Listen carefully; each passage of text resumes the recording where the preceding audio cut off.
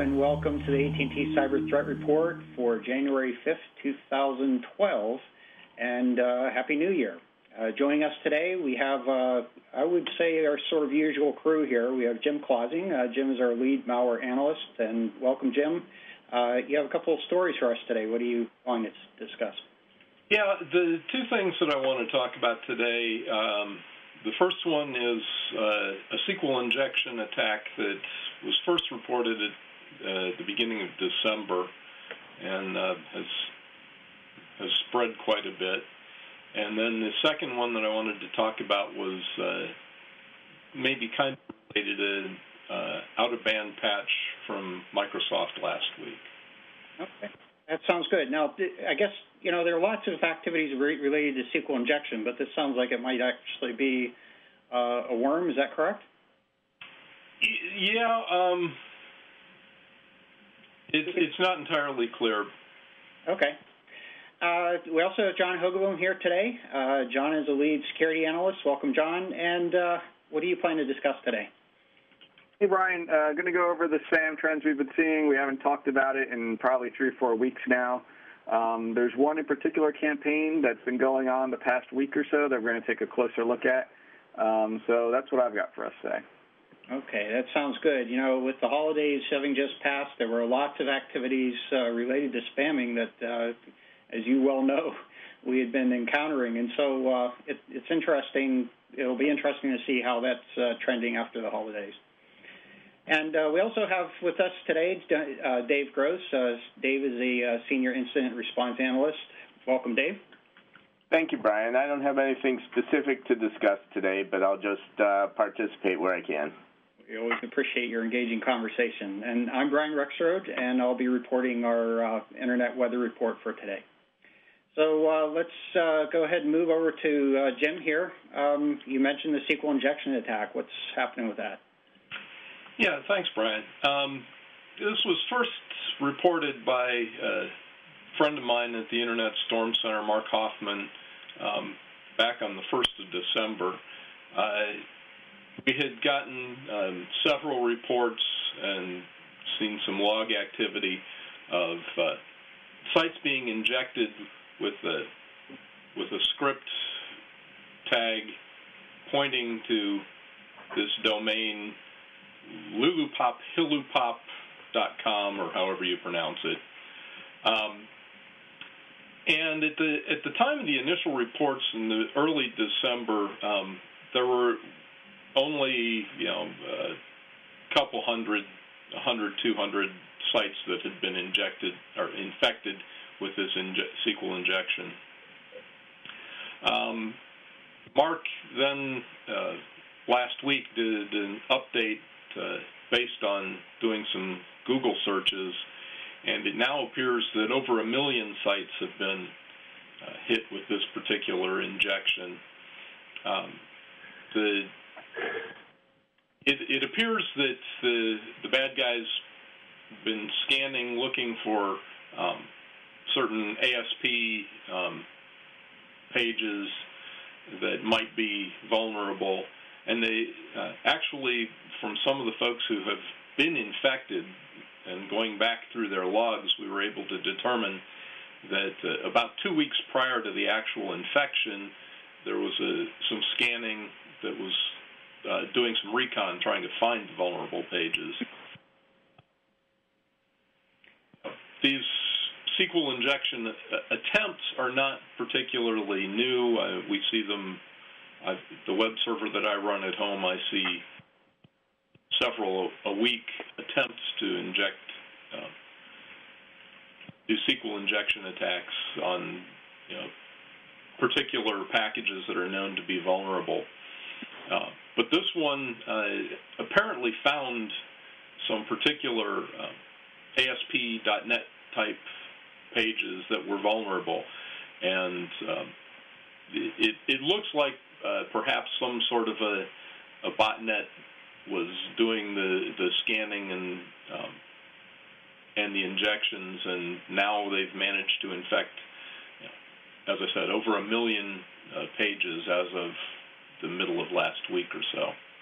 That's significant. So can you explain, you mentioned the scanning activity. Can you explain a little bit about what someone might look for in their own logs to identify indications of that scanning? The initial scans were looking for a particular .asp page, and were the parameters that they were using looking for the vulnerability would included page ID and a version number. So if you're not running ASP pages and you see that kind of stuff in your logs, that's pretty clear indication that somebody's doing something nefarious. If you are running an IIS web server with ASP pages, there were a couple of them, and I think if in the original story that I'm showing here on this page, the ISC diary from December 1st includes some of the examples of some of these. Basically, you'll see some syntax errors showing up in your error logs, though, from their attempts to find the vulnerable pages. Okay. Hey, Jim, this... Yeah, I'm sorry. This domain that you have listed here, the Lilupophilupop.com, is that still alive, or has that been taken down at this point? Do you know? It's still alive as of last week. I didn't check it today, but it was still alive as of last week. And if you take a look at like the Google Safe Browsing report for that particular AS, as of this morning, it was still showing suspicious activity there in that AS, including this particular domain and a couple of other related ones that seem to have been hosted possibly on the same machines or in the same data center. All right. So that's certainly something that folks should be watching out for if they're hosting web servers, and certainly as well, I guess, encountering that particular URL that's being injected would obviously be hazardous. Yeah. Well, one of the things, if you're running a web server, you need to be monitoring your logs for things like this, because you will see the attempts for most of these scanning, and often even the injections themselves will leave telltale signs in the logs if you're monitoring them on a regular basis. All right. And I guess as you pointed out as well, this ISC diary entry that you were referring to is pretty easy to find. Just look up SQL injection ISC diary, and that will point you to it. There are, as you've mentioned, a lot of examples of what the activity looks like, and good pointers to things to watch out for. Yeah, and as I said, Mark posted the first one on December 1st and the follow-up on December 31st. So yeah, also look at the diary archives chronologically that way too. Right, and Jim, when you visit one of these sites that has this script in it, was it due to the end user? What are they peddling there? Oh, I guess that's a good point. I didn't really mention that. If they've managed to inject this into the web server, then they've managed to put this malicious JavaScript into web pages hosted by that server, and then any user who comes along who happens to innocently browse to an infected site will run this malicious JavaScript and get infected. They'll get a secondary download in the background. I don't remember exactly what the final payload is at the moment, but yeah, this infects the website, puts this malicious JavaScript in there, then innocent users browsing to pages on that website will get run this JavaScript and get infected. Yeah, I had seen some descriptions where it might be the fake antivirus. I don't know if that's all of them or not. Yeah, I don't recall off the top of my head. All right, Jim, well, thanks for that. And it looks like Microsoft decided to finish 2011 with the 100th patch of the season. What can you tell us about that? Yeah, well, and that's kind of related to the last one in that the bulletin applies to the .NET framework. Microsoft released an out-of-band patch, which is pretty unusual for them, for the .NET framework on all of the current OSs that are out there, going back to XP, which supposedly isn't even supported anymore.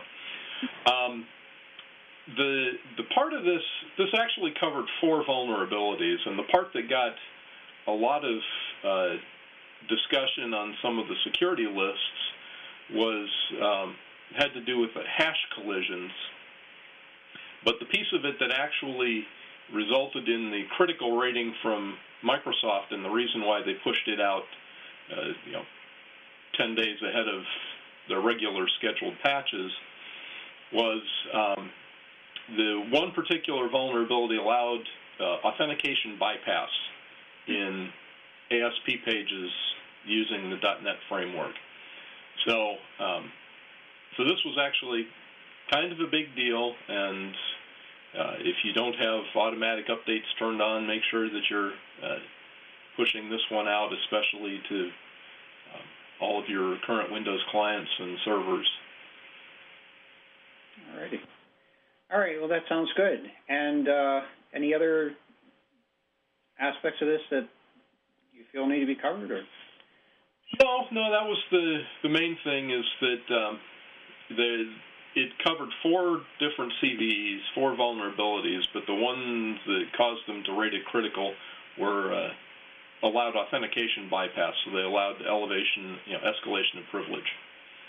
All right, very good, thank you.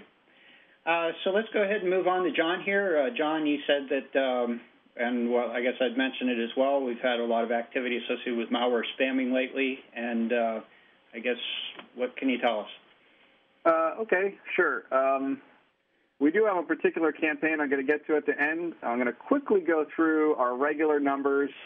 Not much new story to tell here. 916,000 emails processed in the past week. 43 of them were blocked. 286 got through. That's kind of a flip-flop of what we normally see. Usually more get blocked than actually get through. We'll take a look at some of those numbers in a second. Most of them are in this RTF doc PDF kind of space here, and most of those are phishing type of schemes where they're asking for personal information. We've talked about that before. So not much new here. When we look at the actual types of topics we're seeing some similar topics that we've been seeing for a long time now. Various spam typical topics going on here. Nothing surprising or nothing particularly new in the top list here. Towards the middle, in the meat of the pack, there's a particular campaign that I'm going to bring attention to in a second that I want people to be aware of. But before we do that, real quickly, under the things that were detected and blocked, no new candidates that we don't normally expect here. MyTob, ZBot. MyTob kind of took a little bit of a leap. He's not normally on the top, but he was this time.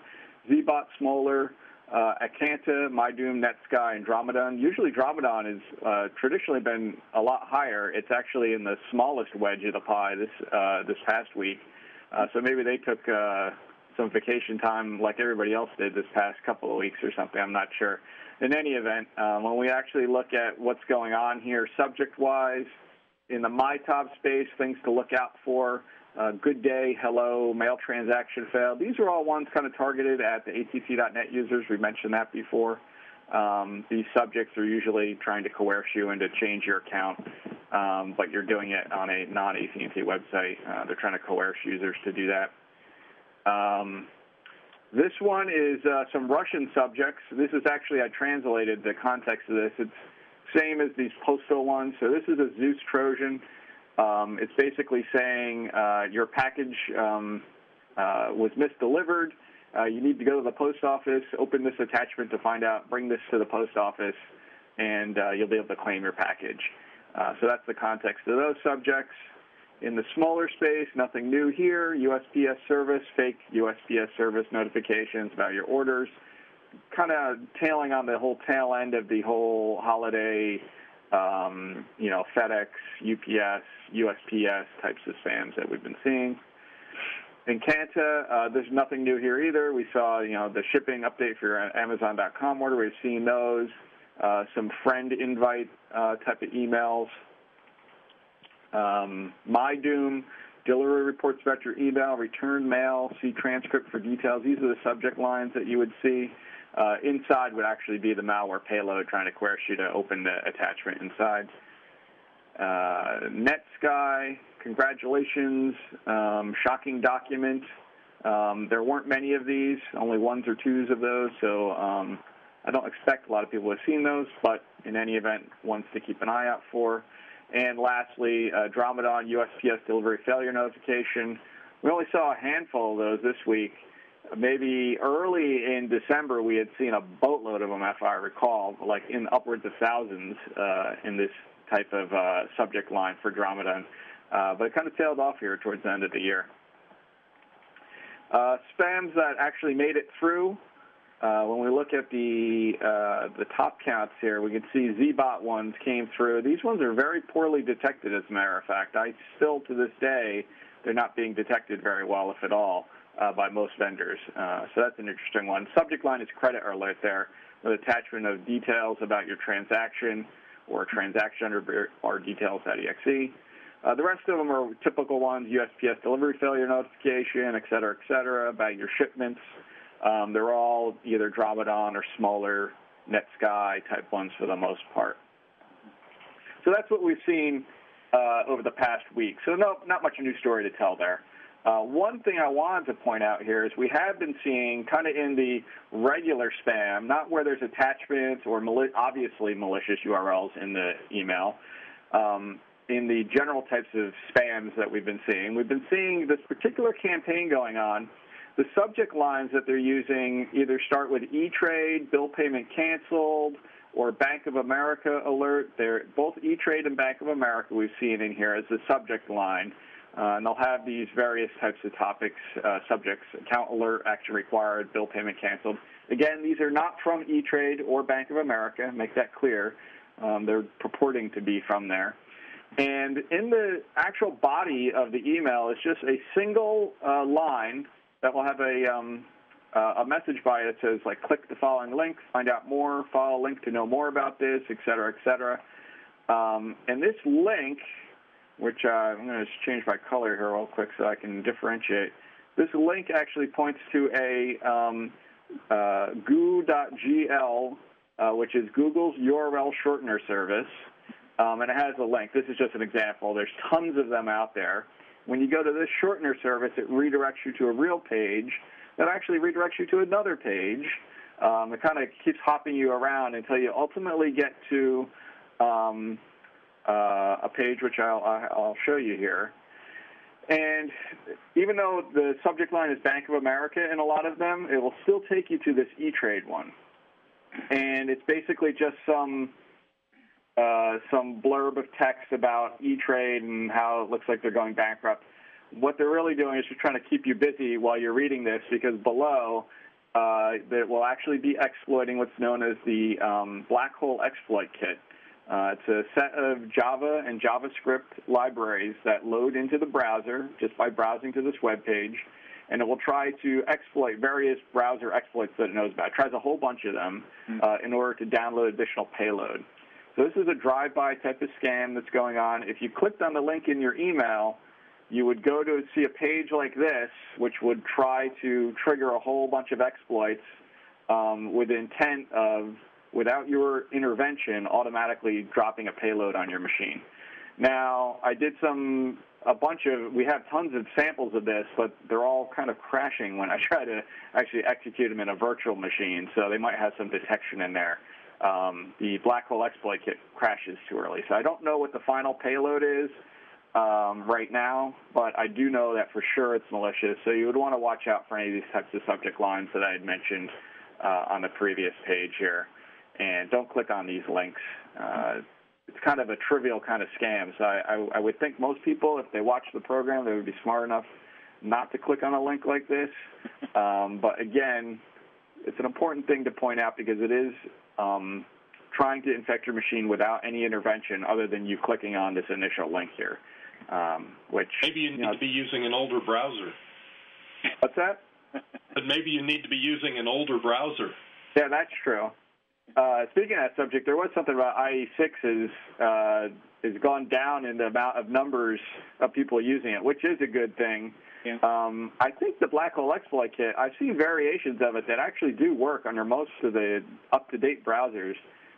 Particularly there's a Java payload that they run in there. So if you run Java or you allow Java to run, not that I'm saying you shouldn't, but maybe you shouldn't, but there is a particular exploit that works very well there that they trigger. And I'm not quite sure how it works. I haven't tried to reverse engineer what they're doing there, but it seems to work pretty well in most cases. I think one of the sticky issues with the Java is that it is possible to include older versions of the runtime engine on your computer, and sometimes that's needed for compatibility with certain types of applications, which can create somewhat of a hazard. So it's something to watch out for, that you may have multiple, even though you may have updated, there may be older versions still present to support some kinds of things, and that can present some vulnerability as well.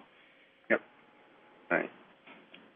Also, I had a friend that very recently saw an email that came saying that some airline tickets were charged to their credit card, and opened the attachment to see the itinerary and stuff like that. And in discussing it with the friend, they hadn't they don't have a relationship with that airline, and so that airline wouldn't have any way of having their email address. And so, you have to reason these things out and, realize that this is most likely spam. Mm-hmm. Absolutely. But that may be a new campaign that's starting up. The thing that as a security person, the thing that gives me the most heartburn are these URL shortening services. I appreciate what they're trying to do, but from a security standpoint, it really makes it more difficult as an end user to assess the validity of certain situations. So, my advice is generally just to avoid the URL shortening. If you get an email from somebody, go directly to their website. Don't use the links in the email itself. Mm-hmm. Right. And this isn't the only scam we know about using the Google URL shortener. That is a legitimate service, Google's URL shortener. They're not really the bad guys. It's the bad guys are using their shortening service to point to malicious websites. There's a bunch of other URL shortener services, which most of them are escaping my memory right now. But I agree with you, Brian. We shouldn't try to avoid using them or clicking on any links to them, especially in an email. All right, very good. Thank you for that, John. And it's always helpful to get some insight. There are other URL shortening services as well, by the way. So they're actually very popular with Twitter, partly because Twitter does provide limitations on the length of a message. So I think that's really sort of the one of the initiators of, or one of the validators of that type of service. All right, thank you, John. That was interesting, and as I said, these URL shortening activities tend to be something that gives me a little bit of heartburn, but obviously a legitimate service. Let's go ahead and move on to the internet, what we like to call the Internet Weather Report, giving an idea of what types of anomalies and the activity that we're seeing on the network that is basically from a flows perspective over the last week or so. And with this report and the sort of top 10 hitting items at the top of the list, we have port 161 UDP. That's SNMP. We'll take a quick look at that. There are two little perspectives that I'd like to share there. There are a few other ports that are kind of new to us here that I'd like to report on, and that includes TCP port 6515, some scanning activity there. We are seeing some volumetric anomalies in ICMP type 8. That's a ping request or an echo request, often associated with ping. Some UDP activity on 16402, which is kind of interesting, and I'm looking forward to reporting on that one. And there are a couple of others, sort of old favorites, port 5900, UDP port 22. There's some probing activity there. Could be PDP oriented. I'm not really sure what's going on in that. Activity on port 2967, again, probing activity. This is sort of an old friend of ours relative to scanning activity. And then last but not least, port 23 TCP. So let's go ahead and take a look at these in a little more detail. First one, I chose to show the last 90 days of activity in terms of the scan probes on port 161 UDP. We've been reporting on this for some time now. One of the things that's observed here is more recently, that is in the last week or so, we show sort of a dark blue block here indicating that there's been more persistent activity than we had seen previously. It still has a very similar profile to what we had seen before. Effectively, there are only a couple of addresses doing this scanning activity, and in this particular case, the majority of probes coming from two source addresses, one in Korea and one in Germany. And what we've been observing over time here is that the profile of the scanning activity itself is very similar, but the actual addresses have been sort of moving around. So that's very loosely suggestive that there might be a botnet involved in this. Now, there is something that came up. This is actually a Spam House article that came out. I have the URL associated with that article here if you want to take a look at it. And obviously, you won't be able to actually read what's on this article. The article extends well beyond the snapshot that I'm showing on the screen here. But what they are talking about is SNMP being used as a DDoS mechanism. We have talked about DNS being used as an amplifier for denial of service attacks, that is using it to basically reflect attacks against targets by spoofing the source address of UDP packets. Well, what this article is talking about is some observed use of SNMP to do the same thing. That is, we're talking about port 161 UDP. The source address could be spoofed.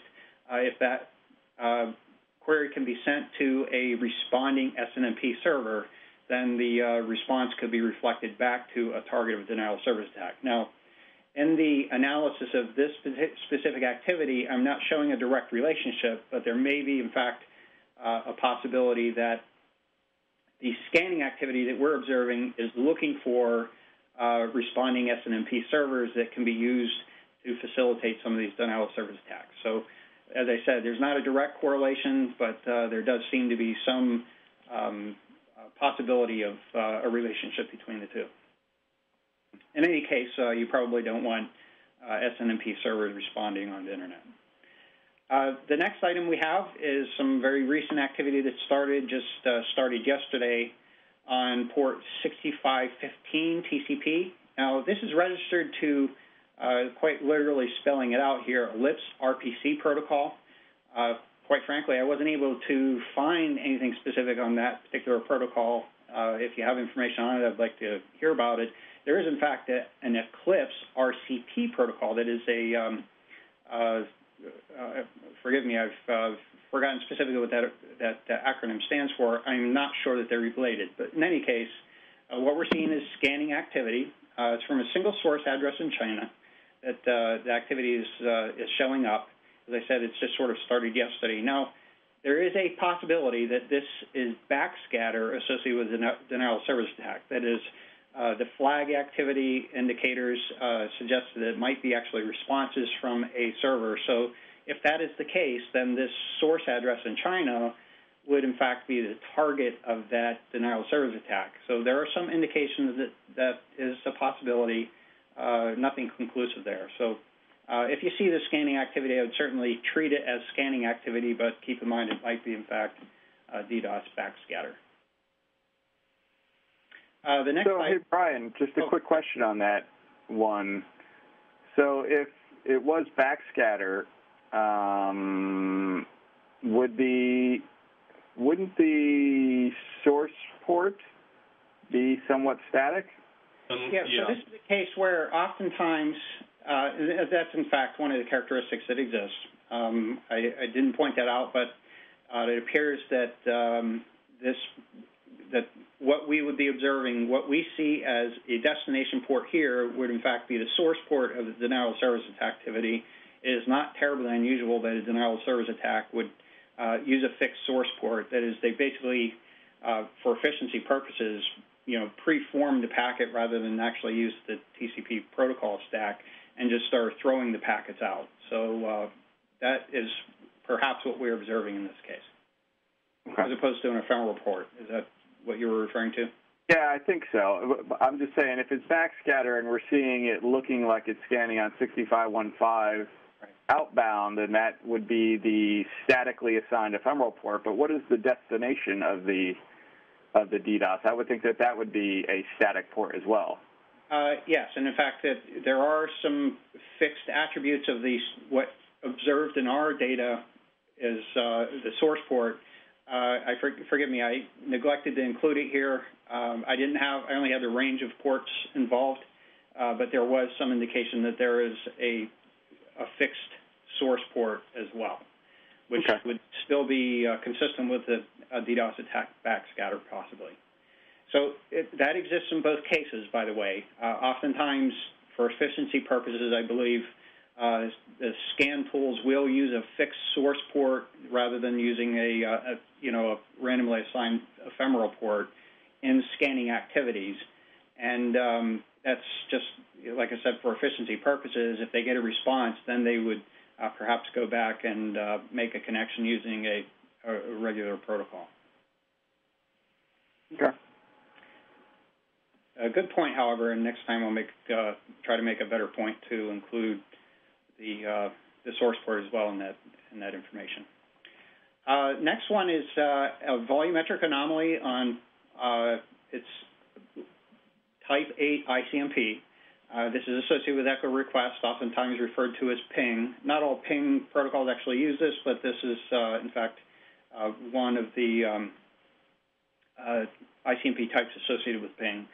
And what I am showing here is actually a relative change in the packet volume. That is, in terms of the number of packets we typically see on this using ICMP 8, we saw a significant increase just in the last, it was actually between yesterday and today, and today being January 5th. And so this is likely a denial of service attack, basically a byte flooding attack. I'm showing packet volume here, but it would ultimately be a byte volume type of attack. The target address appears to be in China, and there's a single source address, but that address could be spoofed. It actually is associated with cloud services provider, so it could, in fact, be a leased server that's supporting that denial of service attack. And there were some other events that would be contributing to the anomalies that we've seen that brought it up to the top of the list, the top 10 list, but this was the most significant that showed up in that activity. The next one, this is actually kind of a fun to report one because this actually, I believe, is not associated with anything security-wise, but is actually a manifestation of the holiday period. Excuse me. So this was a volumetric increase on port 16402 UDP. That's actually associated with Apple FaceTime. It was also associated with some Apple gaming activities. And what I'm showing here is a relative change in byte volume. And what is kind of interesting here is the activity shows up right around, it peaks out, in fact, right around the morning of Christmas Day on December 25th. So this is likely a case where a number of recipients of Christmas gifts happen to be Apple devices. They could have been iPads or iPhones, and we're activating those devices and kicking up FaceTime or other point-to-point applications on Apple servers and showing that up on here. So that's kind of a good news. It means a lot of new activations in wireless services. It does not appear to be security-related at all.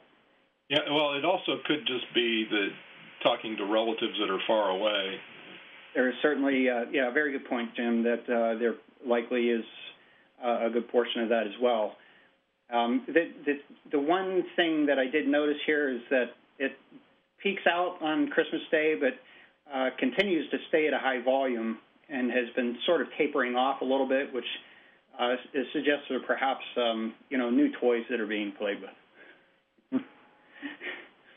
So again, a good news story there. Next item, nothing particularly new here. In fact, I'm showing 100 days, 80 days of activity just to put some things into context. We've reported on this particular port previously. It's 5900 TCP. This is associated with virtual network computing, which is basically a remote access protocol for accessing a Windows desktop. And what we're showing here is the number of sources that are scanning on this port at any given time. So that's a very strong indicator when we see large increases in the number of sources that are scanning at this, increases at the same time, decreases at the same time. Very strong indicator of botnet activity, perhaps recruiting into a botnet or perhaps looking for machines that can be used to launch into an enterprise, for example, and get behind firewall services. So this is something that you want to pay attention to if you have any kind of remote computing service. First of all, make sure that you're using strong passwords or strong authentication, perhaps something better than passwords. And second of all, don't expose it to the Internet unless you absolutely have to. Next one is a relative strange observation here. What we have is an increase in the number of sources that are scanning on port 22 UDP. It also manifested itself in terms of the number of probes on port 22 UDP. Now, port 22 is generally associated with SSH, secure shell. This is on the UDP protocol as opposed to TCP, which is a little bit unusual. I don't think that's used by SSH. I'm not sure aware of any version of SSH that actually uses that particular protocol. But we obviously have seen an increase in activity. It started around December 19th. And this may be P2P activity. It's not very clear. It's not increasing, so I wouldn't categorize it as a high security risk, but one that I wanted to at least highlight in case you have something operating in that area. Next one, like port 5900, this one is 2967 TCP. It's sort of an old friend, so to speak.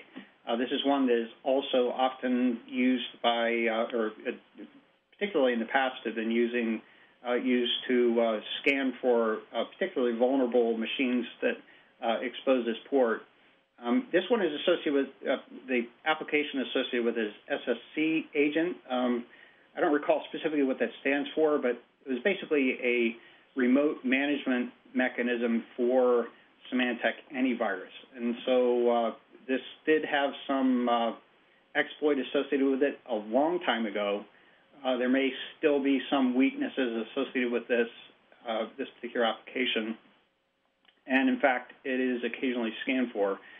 Not a significant amount of activity here, relatively speaking, but we are seeing continued activity there. So if you're using remote management for Symantec antivirus applications, you'll want to pay attention to this, make sure that you have good protection there. Next one, another one that we've been reporting on for quite some time. Again, I'm showing, actually it says it's showing 30 days. This is, in fact, 180 days being shown here. I wanted to put this into context. So I think in our last weather report, I reported a resurgence of the number of sources scanning on port 23. That sort of continued to exist. It's tapering off to some extent, as you can see on the graph here. And as we've been reporting consistently over, in fact, the past 180 days almost here, but perhaps 170 days or so, most of the sources are still originated from Korea. And the most aggressive source in this case is actually in Great Britain. The probing activity is a little bit different. It looks like it's doing a Christmas tree type probe that is trying to characterize the operating system. But again, to put this into context, we're continually seeing activity. What we're showing here is, in fact, the number of sources that are scanning on this particular port, and there's clearly some botnet activity related to it. For the most part, it appears that they're trying to exploit weak passwords. And then a couple of other items that we'll just cover here. One is the most probed ports for the last week. Actually, this is activity from yesterday, January 4th. Most probed consistently is still port 445. We're also continuing to see a lot of probing activity on 1433. That's Microsoft SQL. Most of these others are pretty standard, and for the most part, we believe this port 123 UDP is not related to security, as they like to try to point out, but most of these others clearly are. And I'm not sure, but, you know, the 1433 TCP scanning, the Microsoft SQL stuff, might be related to Jim's story earlier on, possibly. That's a good throwing that out. Absolutely. And, you know, we always see some port 80 TCP activity as well. I mean, it fits in, it gets into the top 10 fairly consistently. And I don't report on it specifically, but clearly identifying websites or web servers that may not be even included as a part of the, you know, even searchable through Google or another search engine. There surely is activity to target those. So perhaps there's a web server that the, you know, the server operator didn't realize was being exposed to the internet, and there's always somebody looking for that sort of thing. And then finally, the ports with the most source addresses that are probing those ports. Again, 445, way at the top of the list. As usual, this is reminiscent of configure infections and also a number of other botnets that are mimicking the same types of exploits that configure had been using, and also trying to exploit weak file shares that are exposed to the internet. We talked about the port 23 activity. There is continuing port 22 that is SSH exploit activity, independent of the discussion we had on the port 22 UDP that we discussed earlier. And again, port 80 TCP also has a reasonable number of sources that are doing probing on that as well. A couple of these others are related to PDP and probably are not related to, or not security significant. So with that, I think that covers the report for today. Any other last comments, questions from the team? All right, then very good. If you have questions, I'd just like to remind you that you can contact us. You can reach us through email at cyberthreat@list.att.com. And you can reach this program through a few different places. First of all, at the AT&T Tech Channel, that's techchannel.att.com. And similarly, you can reach the program as a podcast through iTunes or through YouTube. Just search for the AT&T Cyber Threat Report. And on behalf of all of us here, please keep your network safe.